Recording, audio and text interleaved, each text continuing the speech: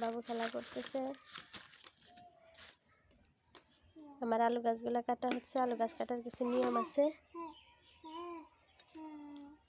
নিয়ম হচ্ছে আলু গাছের মধ্যে কোনো শেকড় থাকা যাবে না। শেকড় থাকলে আলু গাছ আলু হবে না।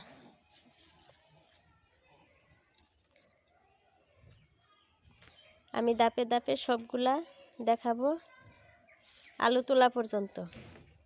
সবাই আপনারা আমার সাথে থাকবেন। আমার চ্যানেলটি সাবস্ক্রাইব করবেন, লাইক কমেন্ট শেয়ার করে জানাবেন। এভাবে আলু গাছ কাটতে হয়। আমিও নতুন, ফার্স্ট টাইম আলু গাছ কাটা দেখতেছি।